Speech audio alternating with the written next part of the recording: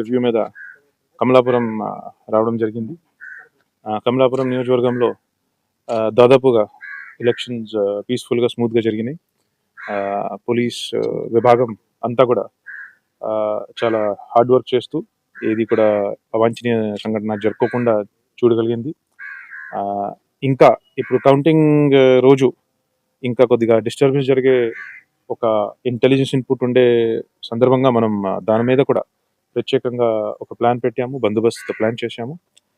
So basically నేను ఒక strong and simple message చెప్పాలని ఏమనగా దట్ 4th కౌంటింగ్ తర్వాత ఏమాత్రం కూడా ఎక్కడ కూడా జిల్లా వ్యాప్తంగా కూడా ఎక్కడ కూడా no political party, no political leader has been given or will be given any permission whatsoever for rallies, gatherings, processions, celebrations.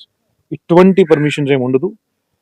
Strictly 144 section అమల్లో ఉంటుంది. Strict curfew will be imposed everywhere, including party offices, including main gathering places.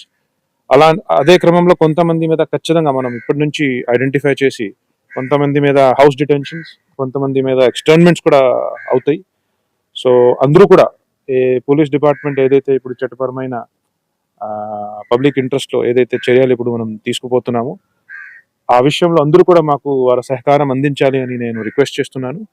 అదేవిధంగా ఎక్కడ కూడా ఈ అల్లరికి కానీ డిస్టర్బెన్స్కి కానీ public పీస్ని disturb చేసే విధంగా యాక్టివిటీస్కి పాల్పడితే మనం దానిని అవసరంని తగ్గట్టుగా బలం యూజ్ చేయడానికి కూడా సిద్ధంగా ఉన్నాము.